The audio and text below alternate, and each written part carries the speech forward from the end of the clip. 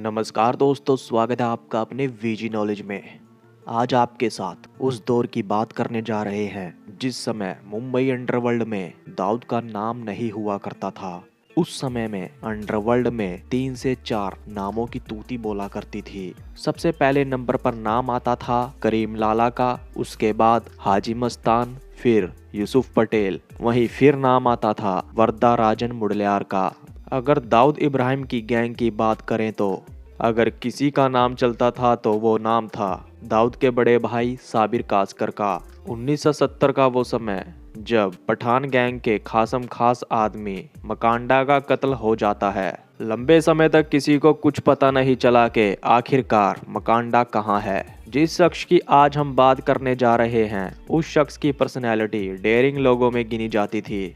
बहुत ही कम समय में उसने अपने नाम के इलाके में दहशत कायम कर दी थी। जिस शख्स की हम बात कर रहे हैं वो पुणे का रहने वाला था। यूसुफ पटेल के साथ उसने काम किया और आगे चलकर उसने दाऊद के बड़े भाई साबिर कासकर से पंगा लिया। यूसुफ पटेल ने उसकी दलेरी को देखकर उसको अपना बॉडीगार्ड बना लिया था।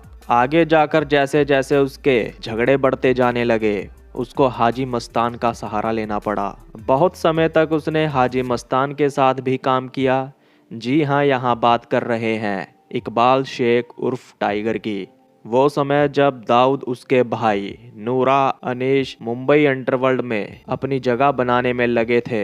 इकबाल टाइगर के बारे में कहा जाता है कि वो किसी से नहीं डरता था, चाहे वो करीम लाला हो या चाहे दाऊद इब्राहिम। इकबाल टाइगर पुणे के भिवानीपेट में पैदा हुआ था। इकबाल अच्छी फैमिली से बिलोंग करता था। उसके 4 भाई और 2 बहनें थी। अगर उसके पिता की बात करें तो वो बहुत मेहनती थे, वहीं उसकी माँ घर को संभाला करती थी।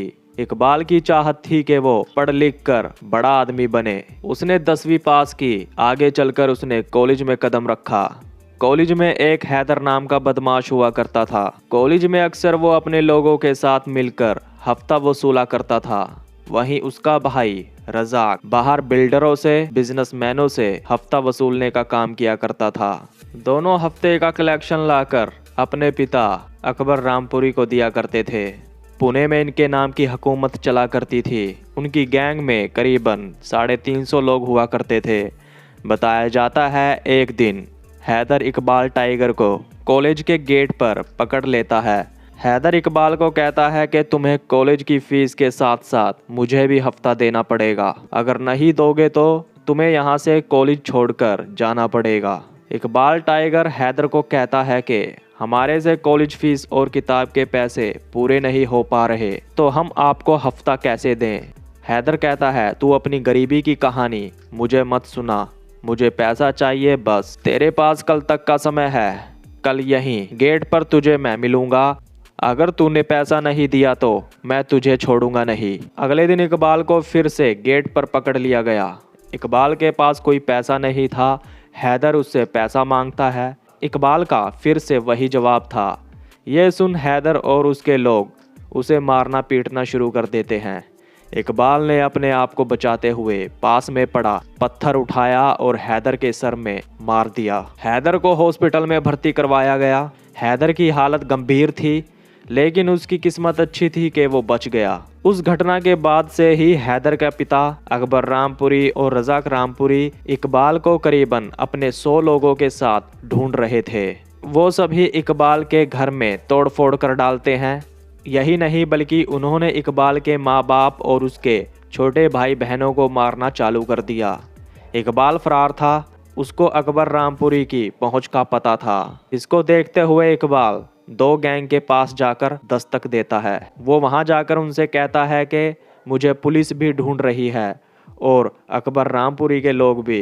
ये देखते हुए उन दोनों गैंग्स ने इकबाल की मदद करने से मना कर दिया। उन्होंने कहा वो बड़े लोग हैं, अगर छोटी मोटी गैंग से भिड़ते तो हम मदद कर देते और बाहर से बाहर जमानत करवा देते। इकबाल टाइगर पुणे के आसपास फुटपाथ पर रहना शुरू कर देता है। वो सोच में पड़ रखा था कि आखिरकार अकबर के लोगों से कैसे बचा जाए। परिवार पर हुए हमले से इकबाल के अंदर गुस्सा पनप रहा था। आखिरकार उसने अकबर और उसके लोगों को मारने का मन बना लिया। इकबाल उन सब को मारकर जेल में अपनी सजा काटकर जिंदगी की नई शुरुआत करने को तैयार था। इकबाल को यह था कि अगर उसने उनको नहीं मारा तो वो उसको मार डालेंगे।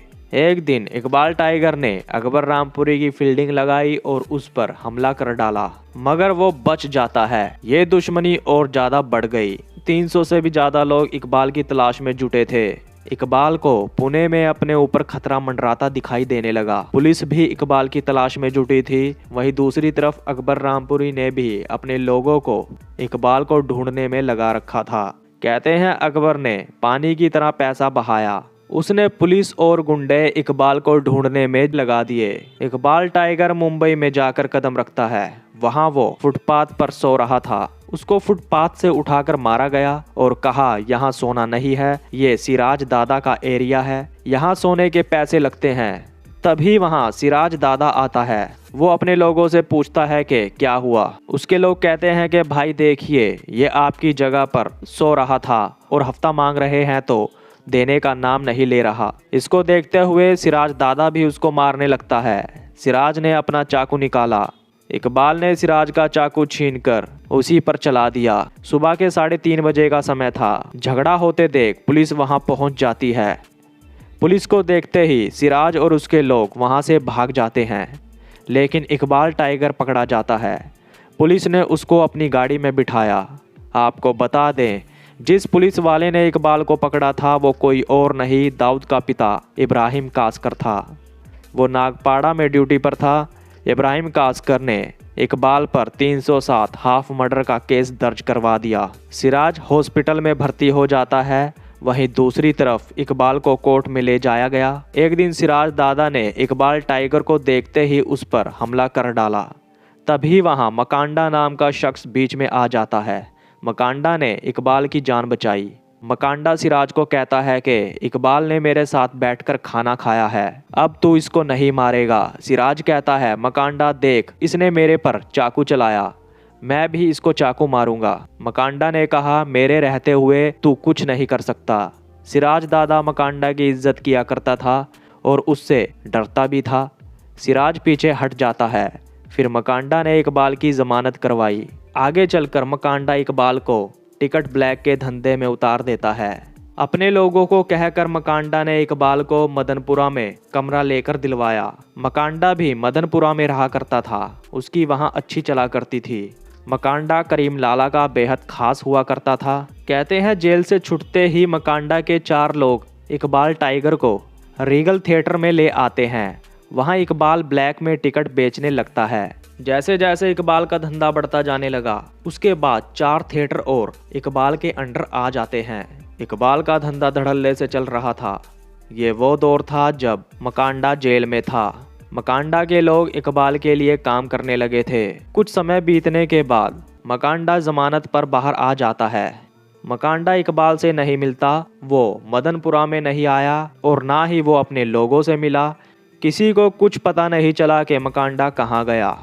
कुछ दिनों बाद अंडरवर्ल्ड से खबर आने लगी कि मकांडा की हत्या हो गई है। जब ये बात मकांडा के दुश्मन तक पहुंची तो उनको लगने लगा अब मकांडा नहीं है तो हम रीगल थिएटर पर धावा बोल देंगे।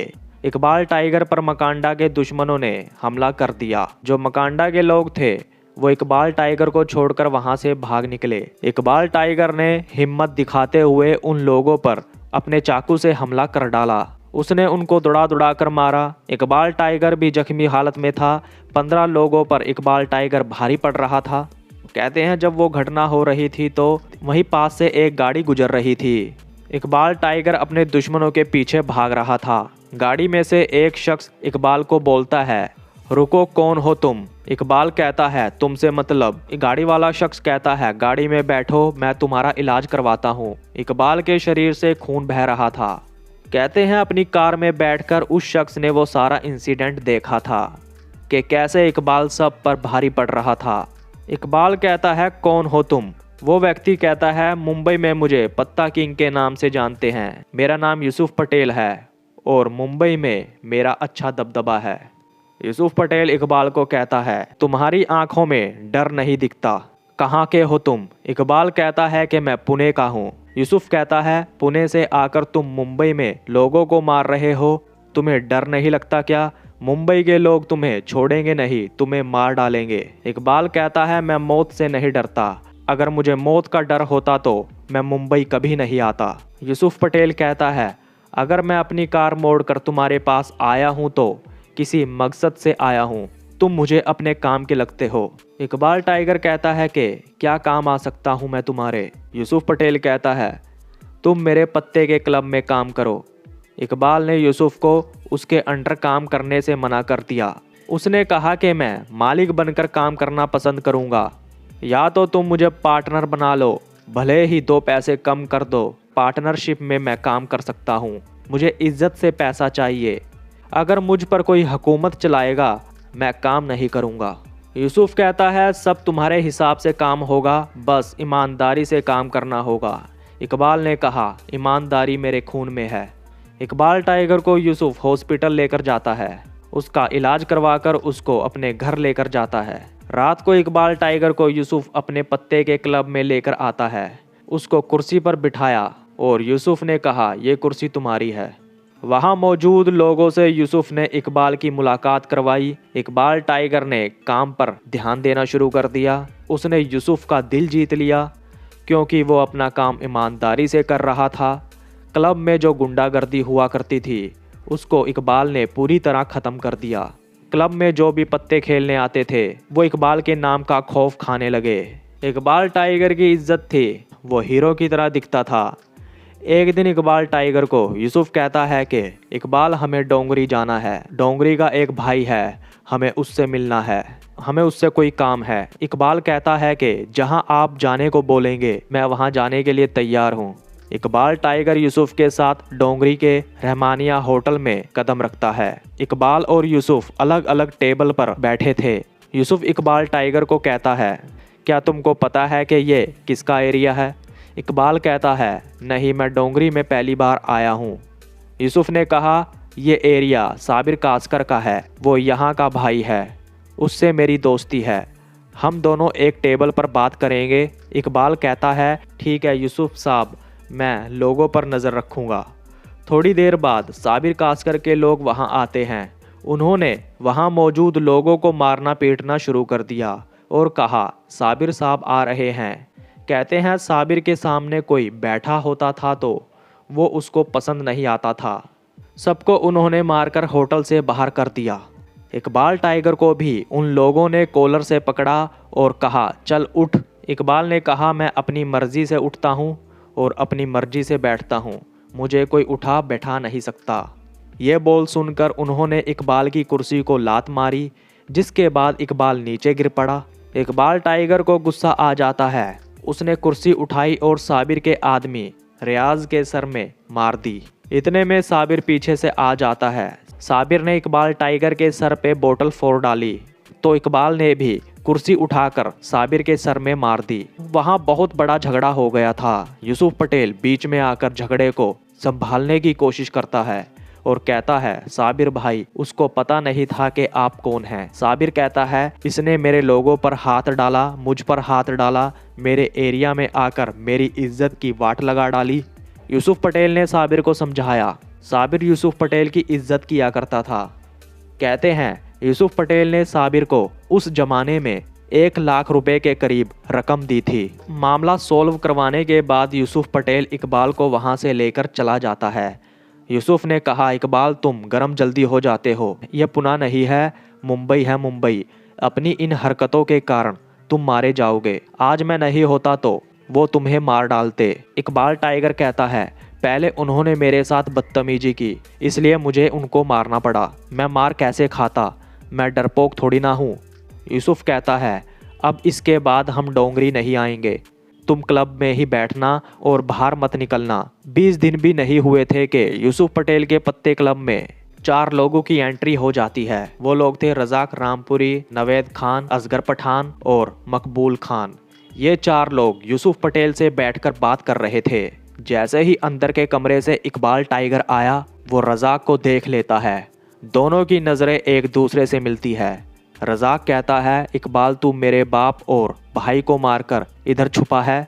इकबाल कहता है, मैं कोई छुपा नहीं हूँ, मैं यहाँ खुलेआम धंधा कर रहा हूँ और मैं यहाँ तेरे लिए ही आया हूँ ताकि तुम सबको मार सकूं। तो तभी रज़ाक, नवेद, मकबूल ये सभी इकबाल की तरफ को बढ़ते हैं। यूसुफ बीच में आ जाता है। रज़ाक यूसुफ को कहता है, यूसुफ भाई तुम बीच में मत आना, इसने मेरे बाप और भाई को मारा है। यूसुफ पटेल कहता है, अभी ये मेरे साथ है, अभी तुम इसको मार नहीं सकते। रज़ाक कहता है, ठीक है, तुम्हारे सामने नहीं, बाहर तो मार सकता हूँ ना। वहीं इकबाल कहता है, मैं तुझे मार दूंगा। यूसुफ के आदमी अंदर आते हैं और रज़ाक पर बंदूक तान देते हैं। यूसुफ कहता है, रज़ाक, इकबाल ने मेरी जान बचाई है और मैं उसकी जान का सौदा नहीं कर सकता। अभी फ़िलहाल में मेरे हाथ में पिस्तौल है और तेरी जान मेरे हाथ में है। तुम यहाँ से निकल जाओ वरना मैं भूल जाऊँगा तुम मेरे दोस्त हो। मजबूरन मुझे तुम्हें मारना पड़ेगा। रज़ाक ने जाते समय यूसुफ को बोला, आज से तुम भी मेरे दुश्मन हो। वो सभी वहाँ से निकल जाते हैं। सुबह 4 बजे यूसुफ पटेल ने इकबाल को पत्ते क्लब से बाहर निकाला और उसको कहा, तुम्हारा यहाँ रहना खतरे से खाली नहीं है, ये लोग तुम्हें छोड़ेंगे नहीं। मकबूल नागपाड़ा का ही है, तुम्हारा यहाँ से निकलना बहुत ज़रूरी है। इकबाल को वहाँ से निकाल दिया जाता है। यूसुफ पटेल ने इकबाल टाइगर को भाई खला के एक कमरे में शिफ्ट करवा दिया। कुछ समय बीतने के बाद वहाँ पर एक पुलिस का खबरी इकबाल टाइगर को पहचान लेता है। एक समय मकांडा के जो दुश्मनों ने इकबाल टाइगर पर हमला किया था, उस हमले में इकबाल ने 4 लोगों को मारा था। उसमें इकबाल पर जो 307 का चार्ज लगा था, उस केस में पुलिस इंस्पेक्टर अब्दुल बेग इकबाल की तलाश में थे। वहीं दाऊद के पिता इब्राहिम कासकर को इसकी जिम्मेदारी दी गई थी। इब्राहिम कासकर उस दौरान नागपाड़ा पुलिस स्टेशन में हवलदार थे। इकबाल को भाई खला के रूम से इब्राहिम कासकर ने उठा लिया, उसको पुलिस स्टेशन में लाया गया। वहां उसको बहुत मारा पीटा गया। इकबाल का उसमें पैर फ्रैक्चर हो गया था। इकबाल टाइगर को कहा गया कि पुणे से आकर मुंबई में गुंडागर्दी नहीं चलेगी, मुंबई में मुझे शांति चाहिए और आगे से तुम मुंबई में नहीं दिखोगे। इब्राहिम कासकर इकबाल को तब तक मारते रहे जब तक वो ये नहीं कहता कि वो मुंबई में नहीं दिखेगा। इकबाल कहता है, इब्राहिम भाई पट्टे से नहीं, मुझे बंदूक से मार दो और मुंबई किसी के बाप की जागीर नहीं जो मैं उसे छोड़कर यहाँ से चला जाऊँगा। मुंबई में मैं कुछ बनने और पैसा कमाने के लिए आया था, मेरे पर जुल्म हुए, मेरे दुश्मनों की कतार लंबी है, मुझे ताकत चाहिए और वो ताकत मुझे मुंबई में ही मिलेगी। चाहे तुम मेरी जान ले लो, मैं मुंबई से कुछ बनकर ही जाऊंगा, फिर अपने दुश्मनों से बदला लूंगा और पुलिस के पास कोई राइट्स नहीं है किसी को जान से मारने का। इकबाल को कोर्ट में हाजिर किया गया। 2 महीने बाद यूसुफ पटेल उसको जमानत पर बाहर निकलवा लेता है। इकबाल से मुलाकात करने के बाद यूसुफ ने उसको कहा कि तुम यहाँ मत रहना, मैं तुम्हें एक और जगह लेकर जाऊंगा, वो तुम्हारे लिए बहुत सेफ जगह होगी। इकबाल टाइगर को यूसुफ पटेल हाजी मस्तान के पास लेकर जाता है। इकबाल की सारी कहानी हाजी मस्तान को बताया जाता है। इकबाल के डेयरिंग किस्से हाजी मस्तान तक पहले ही पहुंच चुके थे। हाजी मस्तान ने इकबाल को कहा कि मुझे ईमानदार लोग पसंद है, अगर हमारे साथ ईमानदार बनकर काम करोगे तो तुम्हें इनाम मिलेगा। हाजी मस्तान को इकबाल ने कहा कि मैं इनाम नहीं लेता, मैं मेहनत का पैसा लेता हूँ।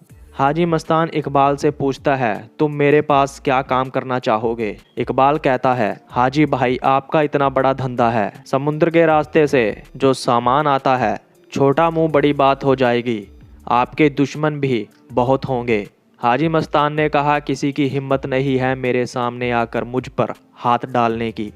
इकबाल टाइगर ने कहा, हाजी भाई कभी भी कुछ भी हो सकता है, अगर आप चाहें तो मैं आपके सभी दुश्मनों को रास्ते से हटा दूंगा, मुझे बस उन सब की लिस्ट दे दीजिए, मैं आपके साथ काम करूंगा और किसी को खबर भी नहीं लगेगी कि ये काम कौन कर रहा है। हाजी मस्तान इकबाल टाइगर की बात पर सहमत हो जाता है। हाजी मस्तान ने इकबाल को कहा कि जितने पैसे और हथियार की ज़रूरत पड़ेगी वो बता देना, आज से तुम अपने काम पर लग जाओ। इकबाल ने हाजी मस्तान के पास काम करना शुरू कर दिया। वहाँ से उसने अच्छा खासा पैसा बना लिया था। एक दिन इकबाल हाजी मस्तान से परमिशन लेकर अपने माँ बाप से मिलने और उनको अपनी कमाई का पैसा देने पुणे चला जाता है। इकबाल ने अपने माँ बाप के लिए कुछ तोहफे लिए। मगर माँ बाप ने वो तोहफे लेने से मना कर दिया और कहा ये मेहनत की कमाई नहीं, ये हराम की कमाई है। बताया जाता है इकबाल के परिवार वालों ने इकबाल के दिए पैसों को चूल्हे में डाल दिया था। इकबाल टाइगर गुस्से में आ जाता है। उसने परिवार वालों को कहा, मैंने अपनी जिंदगी की बाजी लगाकर ये पैसा कमाया और आपने इसे चूल्हे में गिर दिया। इकबाल घर छोड़कर चला जाता है। दोबारा वो मुंबई आ जाता है। इकबाल ने अपना धंधा जारी रखा। इकबाल को अपने भाई बहनों और माँ बाप की फिर से याद आने लगी। वो पैसा लेकर फिर से घर पहुंच जाता है। इकबाल का घर मिट्टी का था। बारिश में अक्सर वो बह जाया करता था। उनके घर में खाने तक के लिए पैसे नहीं थे। जब इकबाल ने उन्हें पैसे दिए तो उन्होंने फिर से इकबाल के पैसे जला दिए। इकबाल कहता है, यहाँ खाने को दाना नहीं है और आप मेरे दिए पैसों को जला रहे हो। इकबाल के माँ बाप ने कहा, हमें मरना मंजूर है लेकिन हराम के पैसे से घर का गुजारा करना बिल्कुल मंजूर नहीं। तुम्हारे दादा के नाम की दरगाह है, लोग वहाँ आते हैं और तुम ऐसा कर रहे हो, लोग क्या कहेंगे। दादा की दरगाह है और पोता पत्ते के क्लब से कमाई करता है। इकबाल बेटा ये सब छोड़ दे, हम बुरे लोग नहीं हैं, समाज में हमारी इज्जत है। इकबाल अपने माता पिता की नहीं सुनता। वो घर छोड़कर चला जाता है। तीसरी बार फिर इकबाल अपने घर आता है। इस बार उसके माँ बाप ने उसके सामने हाथ जोड़कर उसे समझाया कि इकबाल बेटा छोड़ दे ये सब। इकबाल टाइगर अपने घर वालों की बात मान लेता है। उसने हाजी मस्तान के लिए काम करना बंद कर दिया। इकबाल के पिता ने इकबाल को रेलवे स्टेशन पर नौकरी दिलवा दी। रेलवे स्टेशन में वो फिटर का काम करने लगा। वहीं इकबाल को क्वार्टर मिल चुका था तो वो वहीं रहने लगा। इकबाल मेहनत मजदूरी करने लगा। हाजी मस्तान ने अपने लोगों से पूछा कि इकबाल को 10 दिन हो गए हैं, वो आया नहीं। हाजी मस्तान ने अपने लोगों को इकबाल को ढूंढने के लिए उसके घर भेजा। जब हाजी के लोग इकबाल के घर पहुंचे तो उसके माता पिता ने उन लोगों को कहा, दोबारा यहाँ मत आना, हमारा लड़का सुधर चुका है, अब वो वहाँ नहीं आएगा। कुछ दिन बीत जाने के बाद हाजी मस्तान को इकबाल की याद आई। हाजी मस्तान खुद इकबाल के घर जाता है। उसने इकबाल के घर वालों को पैसा दिया मगर उन्होंने पैसा लेने से साफ साफ मना कर दिया। यही नहीं, हाजी मस्तान को सुनाना शुरू कर दिया कि तुम तो स्मगलर हो, सोना लूटते हो, हम दरगाह वाले हैं, हमें ये सब बिल्कुल पसंद नहीं है। हाजी मस्तान को उसका पैसा थमाकर उनको वहाँ से जाने के लिए कह दिया। हाजी मस्तान का चेहरा पूरी तरह उतर चुका था। इकबाल टाइगर रेलवे स्टेशन पर काम करने लगा था और वहीं रेलवे क्वार्टर में वो रहा करता था। एक दिन इकबाल बाजार में सब्जी लेने जाता है। वहां उसको उसके दुश्मन रजाक रामपुरी का जीजा मकबूल देख लेता है तो उसने अपने 4 लोगों के साथ मिलकर इकबाल पर हमला कर दिया। इकबाल को उन लोगों ने खूब मारा पीटा। किसी तरह से इकबाल वहां से बच निकलता है। इकबाल टाइगर के पास पैसे से तंगी होने लगी थी क्योंकि मेहनत से कमाए पैसे को वो घर पर दे दिया करता था। उसके पास पैसा बिल्कुल नहीं बचता था। इकबाल वीटी स्टेशन के आसपास एक होटल में वेटर का काम भी करने लगा था।